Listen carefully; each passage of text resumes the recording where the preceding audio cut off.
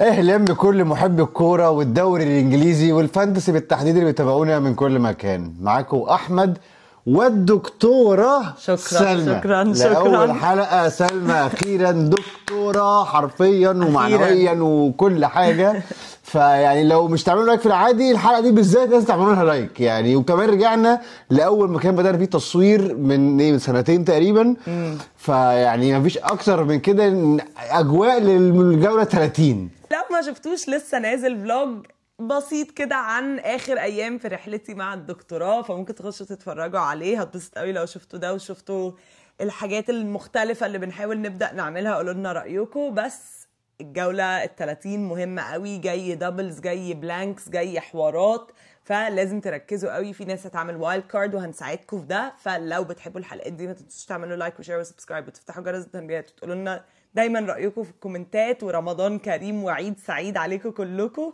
يلا بينا نخش في التقيل.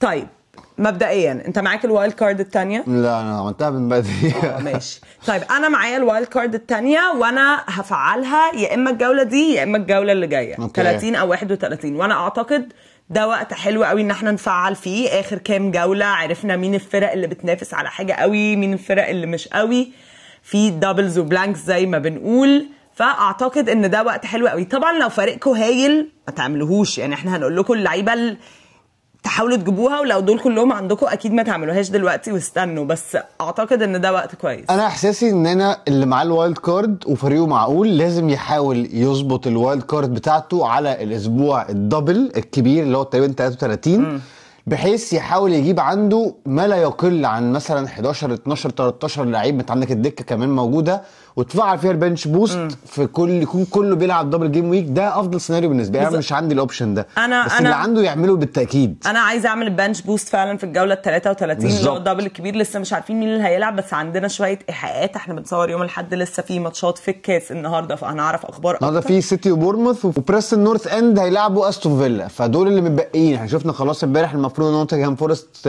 كسبوا، ونفس الكلام كريستال بالاس طحنت فولم في ارضها. فيعني دول كده هيبلانكوا وهيدبلوا بالظبط. فانا اعتقد ان خطه حلوه قوي للي معاه كل الكروت. وايلد كارد في 30 31. لو معاكم اسيستنت مانجر ممكن من 31 ل 33 على جلاسنر، او في فرق هتدبل دي برضو هنعرفها اكتر. فدي طبعا فرصه حلوه قوي. غالبا كريستال بالاس بالظبط. في برضو ممكن على، انت قلت على ارسنال المدرب ولا قلت على مين؟ لا قلت اوليفر جلاسنر، وبعدين دلوقتي بقول ادي هاو، وممكن نونو سانتو. بس صح. يعني وفي ارسنال ممكن تدبل برضو هي كمان. فاول ما نعرف لو عايزين تجيبوا ارتيتا طبعا فكره حلوه قوي. وبنش بوست في 33، بعدين فري هيت في البلانك 34. صح.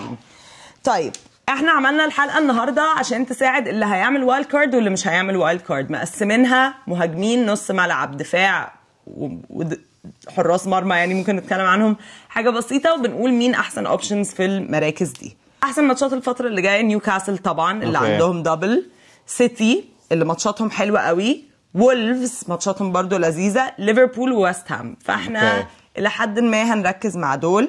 من اوحش الماتشات فولم، برنتفورد، ايفرتون، ارسنال، يونايتد. ماشي. طيب نبدا بالمهاجمين ولا المدافعين؟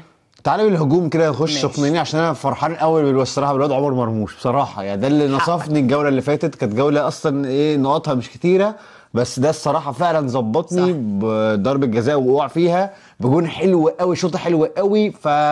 اهو يعني شكله بدا يركب فورمه. وهو وهالاند قلنا لما هالاند بيلعب معاه بيسيب له مساحه زي ما شفنا، فده عاجبني جدا وديفرنشال. انا شايفه ان لازم يكون عندكم يا هالاند يا مرموش. هتعرفوا تجيبوا هالاند جيبوه، مش هتعرفوا تجيبوا هالاند جيبوا مرموش. هالاند نمره 1 في كل الارقام الهجوميه. صح. يعني ما زال نمره 1 في كل الارقام.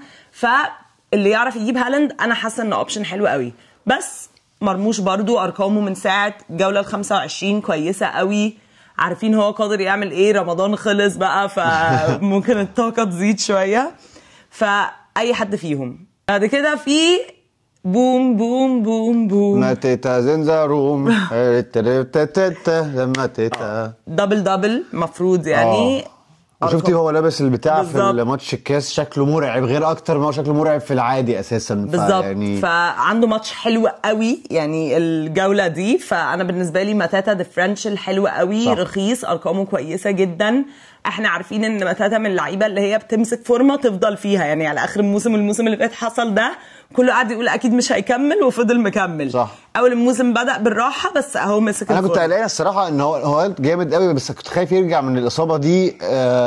انا عارف ان هو قوي وشجاع ومش هيتهز بس برضو الخبطه توجع فممكن يرجع مهزوز ممكن يرجع لسه في ناس غيروا خيمينيز مثلا لما رجع طبعا اصابتين مختلفتين تماما بس يعني قصدي ممكن تاخد لها ماتشين بس واضح ان هو شكله رجع كويس فده اوبشن حلو.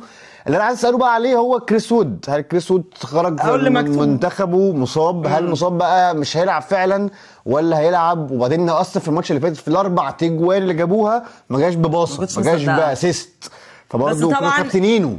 بس طبعا مع المنتخب ولع الدنيا وخرجوا بدري يمضى في وسط المدرجات بدا يمضي اوتوجرافات وسط الماتش والماتش ما خلصش يعني.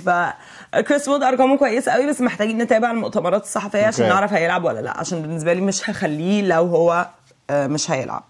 بعد كده نروح لايزاك اللي برضو من الفرق اللي عندها دبل. ده كده ماست هاف ما فيهوش كلام كتير يعني. انا عند الناس كلها اوريدي اللي طبعا ما باعوش في اخر الجوله دي قبل البلانك بس يعني متهيألي لازم يبقى عندك راجل فورمه ضربات جزاء الفريق ماسك فورمه ونفسيا بالظبط. المدينه كلها اصلا في حاله معنويه كويسه.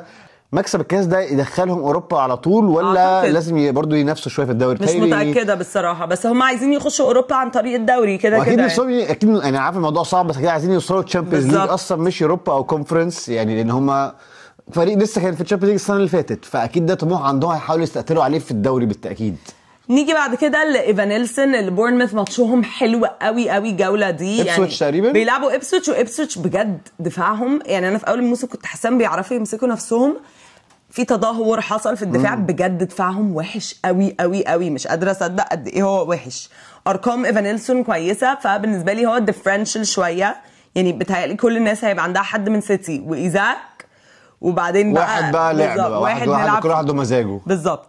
اخر واحد معانا هو جاو بيدرو اللي انا حاساه رجع في الفورمه. برايتون بقوا كويسين قوي اتحسنوا قوي يعني حاسه ان هو حظه كان وحش قوي ضد سيتي. برايتون عامه كان حظها وحش ضد سيتي قوي. هو اكتر واحد عامل لمسات في ال18 في اخر كام جوله فانا بالنسبه لي جاو بيدرو واحد من الديفرنشالز بقى الثالث ده حلو قوي. انا شايف اسمه ايه كونيا الكلب لما يرجع هو لسه مش هيرجع الجوله دي بس خلوا عينكم عليه لان الواد ده برده جامد قوي. احنا عارفين ارقامه في الموسم ده بتتكلم عن نفسها بالظبط. نخش على نص الملعب. انا هبدا الاول بسؤال ليكي وتقولي لي رايك ايه. بالمر هيتساب هيتباع عشان الراجل ده على فكره اللي هيخلي الناس معاه فلوس تجيب هالاند فده سؤال مهم. كده 100% لو هعمل وايلد كارد هبيعه. سلام ماشي. لو مش هعمل وايلد كارد عندي مثلا فلوس في ناس زي ترنت وكده فممكن اتصرف يعني. بس تسأل ليفربول شغلهم كويسه هل هتبيع ترنت؟ ما هو مصاب فعلا دي حقيقه يعني هبيع ترنت يعني اوكي بس خلينا مصاب وهيمشي والناس بتحرق التيشيرت بتاعه وفي حوارات يعني طب يعني انت لو هتعملي وايلد كارد هتبيعي بالمر اوكي خلاص يعني ما هو مش عندي يعني ما انا اللي عملت كده فيه انا السبب في كل ده والله.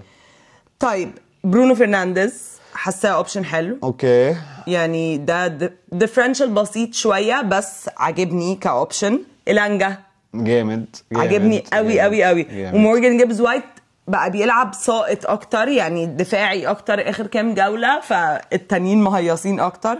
بويمو بس هيحتمل بلانك بس يعني انت عامل حسابك عليها بس لكن لا جامد طبعا. واللي هيعملوا وايلد كارد طول بقول عليه اي وقت ممكن تجي زي كريس وود في اي وقت ممكن تشتري بويمو وانت مش قلقان. واللي هيعملوا وايلد كارد اعتقد دكتهم كمان هتكون كويسه فهيبقى عادي ان هم يقعدوا واحد زي بويمو على الدكه لو عنده طبعا كلويفرت وسيمينيو طبعا الاثنين جامدين جدا. ثالث احسن ماتشات الثلاث جولات الجايين حتى للمدى القصير وزي ما قلت يعني ابسوتش دفاعهم وحش قوي. كلويفرت بالنسبه لي نمره واحد فيهم يعني هو عشان الضربات الجزاء برضو فمعلياه شويه. مارتينيلي لا ساكا قرب يرجع. ساكا قرب يرجع، بس حتى لو يعني بعيدا عن ساكا، مارتينيلي مش افضل مواسمه كده كده بالتاكيد، بس قصدي يعني حتى في افضل مواسمه ما كانش بينفجر قوي. اخر واحد معايا فودن، هو ريسك شويه بس يعني ممكن والله. فاهم اكيد هيرجع. طب ما قصدي ممكن اريسك على سافينيو مثلا، فاهم؟ ارخص. سافينيو بيطلع بدري قوي قوي، بس ارخص بكتير، مش بيكمل 60 دقيقه، واخطر على الجون، فورمه اعلى اصلا من فودن، ارقامه احسن من فودن. انا اصلا مش معنى انا اروح بس في حد في الاثنين، بس لو هتخيريني ممكن اخد على الديفرنشال واروح مع سافينيو. هو فودن صح بقى ديفرنشال وكمان. في حد تاني في نص الملعب عايز تقوله؟ انا ممكن اقول بس اللي عنده نوانيري زي حالاتي يبيعه، يعني لان هو اصلا وساكا مصاب ومارتينيلي مصاب، ما بيلعبش حتى 90 دقيقه وما بيعملش حاجه على الاقل في الاخر. ميرينو بقى 4-5 جولات معاه ما عملش ولا جابش نقطه، ما جابش اسيست، ما جابش اي حاجه. فلما كمان الناس دي راجعه خلاص، شكلهم رجعوا اصلا بالتاكيد، وهافرتس يرجع كمان والناس ترجع، فبتلاقي صعب قوي يكون دقايقه كتيره، والموضوع بقى خنيق اصلا مع الواد ده. طيب نروح للمدافعين. انا بالنسبه لي جفارديول اوبشن حلو قوي يعني. ما كنت هجيب جبريل يا جفارديول، فاكره في الحلقه اللي فاتت بتساليني، وجبت جفارديول في الاخر، وجبريل هو اللي ولع الدنيا. بس ليستر بجد مش بيعرفوا يجيبوا جوان، هم مش بيعرفوا يجيبوا جوان. بس يعني في لعيبه كده فاردي يعرف يجيب في السيتي عادي، يعرف ويحب اللقطه، فاهمه؟ بس كيكا جفارديول عامه على الورق طبعا ارقام كويسه، اوبشن حلو، بيهاجم وكل حاجه. انا اميل لكيركز، كيركز حاسس ماتشاته برده كويسه، والراجل جامد قوي قوي بجد، قوي قوي قوي، وعامل 3 اسيستات ورا بعض. وكيركز ده بتهيألي نوادي اوروبا التوب ليفربول خلاص اهو بيتكلموا عليه جديا يعني. نوادي اوروبا التوب بيبصوا عليه، فهو حتى لو بورنموث مش بيتخانقوا على حاجه معينه، هو كده بورنموث بيتخانقوا على اوروبا، بس قصدي هو كمان بقى لوحده عنده حافز. اوبشن حلو قوي. واللي معهوش فلوس ممكن يروح لهويسن اللي برضه نوادي اوروبا بتحاول تمسك فيه. الاثنين اوبشنز حلوه قوي. بعد كده نروح لبتوع كريستال بالاس. عندهم دبل من احسن الدفاعات، عندهم دفاعات بتهاجم، لاكروا، هو البوب بتاعهم بقى ميتشل ومونوز. الثلاثه دول بالنسبه لي اوبشنز حلوه قوي قوي قوي. ميتشل ارقامه الهجوميه كويسه، اللي بيتفرج على الماتشات هيحس انه بيهاجم، بس هو مش بيعمل حاجه بالارقام الهجوميه دي، بس ممكن تراهنوا عليه، هو رخيص يعني بيطلع باسيست ساعات، لكن مونوز هو اللي بيزيد عنده النسبه ان هو ممكن يجيب جون، ممكن يعمل اسيست كتير قوي على مدار الماتش. انا بس مشكلتي ان الدبل جيم ويك بتاعهم بشع، لان هو هيلعبوا السيتي ونيوكاسل، فطبعا هم الثالث احسن دفاع في الدوري اخر 6 ماتشات. فاهم، بس في الاخر احسن دفاع ده ممكن يخش فيه جون، ممكن طبعا ضربه جزاء حتى ضربه ثابته، فده بس اللي قال لي. فمش حاسس ان احنا ممكن ننفست كتير، بس ممكن واحد فيهم على الاقل يبقى عندك الحته الهجوميه كمان، مع ان ممكن لو جاب كلين شيت تبقى لذيذه جدا. اللي عجبني برضو اولي اينا، يعني حد من نوتنغهام فورست. مات سيلز ده رهيب لا حبيبي اسمه ايه، ميلينكوفيتش، حبيب قلبي ده، حبيب ده يعني قعدت مره على الدكه لما جاب جون، وهو على الدكه عندي الماتش اللي بعديه جاب جون واسيست. ده مرعب والله ميلينكوفيتش ده. وحاسه ان احنا نرجع اللي باع زي يعني حد من مدافعين ارسنال ارقامهم الدفاعيه كويسه. لازم ارجع جابرييل بالذات، غالبا مكان ارنولد بقى يعني. بالظبط انا بعت ارنولد ده اساسا شكلي والله، غالبا بعته مش فاكر. طيب احسن حراس بالنسبه لي ممكن بقى هندرسون، ممكن نيك بوب حتى اللي لسه راجع، سيلز برضو ده اوبشن حلو قوي. طيب سريعا كده اقول ديفرنشال. يلا تريبيير ماشي، ازي اوكي عشان كريستال بالاس زي ما قلنا الدبل فايق قوي معاهم في الكاس بالزبط. ولعب مع انجلترا بالظبط. ازي وصار حتى يعني ممكن يعني صار انا جبته قبل كده وما عمليش حاجه، بس حساه ابتدى يركب الفورمه فممكن يبقى ديفرنشال كويس. دان بيرن اللي في قمه سعادته كانسان، ونيوكاسل زي ما قلنا عندهم دبل، قصه جميله. فيربروجن حسب برايتن اتحسنوا قوي قوي قوي دفاعيا. مش حاسس دفاعيا، لا اتحسنوا دفاعيا قوي. يعني ممكن اريسك في بيدرو، اريسك في ويلبك، في ميتوما.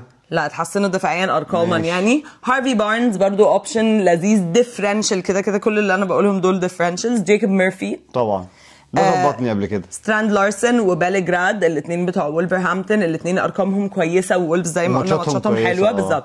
منتا او ميتوما الاثنين زي ما قلت برايتن اتحسنوا قوي، فدول الديفرنشالز يعني بتوعهم. وممكن ويسا او واتكنز في الاخر. طيب هتكابتن مين؟ صلاح بتهيألي يعني. وانا كمان الا لو جبت هالاند يعني. اوكي يعني حاسس ان انا مايل لصلاح. هفكر في اي حد تاني ديفرنشال لان انا مش فارقه معايا زي ما انت ايزاك، ايفانيلسون، مرموش، دول ديفرنشالز برضه ممكن تفكروا فيهم. ديفرنشال في كلويفرت عامه والله عادي. في عامه برضه بالمر يعني للي عايز يريسك جدا، لان ماتش توتنهام وتشيلسي ده دايما فيه جوان. دايما مهما كان اي فريق في اي موسم فيه جوان. تاني اوحش دفاع ال6 ماتشات اللي فاتوا توتنهام وتشيلسي اللي فوقيهم مثلا، فاهمه يعني وحشين برضه والله العظيم، وحشين جدا. هقول لك اوحش دفاعات عشان تتارجتهم في الكابتنه. اوحش دفاع ساوثهامبتون كده كده بتهيألي من اول الموسم وهم مكتسحين بجداره، يليه توتنهام فزي ما انت قلت ممكن كول بالمر، يليه ليستر فطبعا هالاند بقى، مرموش اي حد فيهم، يليهم ابسويتش طبعا، ايفانيلسون بقى، كلويفرت كده، استون فيلا بعدها وبعدين بورنموث. ماشي. وبس كده يا جماعه، ده كان ملخص سريع. احنا عارفين ان احنا في عيد وفي اخر ايام رمضان وايام مفترجه، فالواحد اصلا ملوش خلق على الفانتسي قوي، بس احنا يعني انا قلت لسه ناخد اجازه. هي الصراحه البنت قالت لي لا احنا وعدنا الناس تطلع كل اسبوع، يعني هنطلع كل اسبوع، عيد مش عيد هنطلع.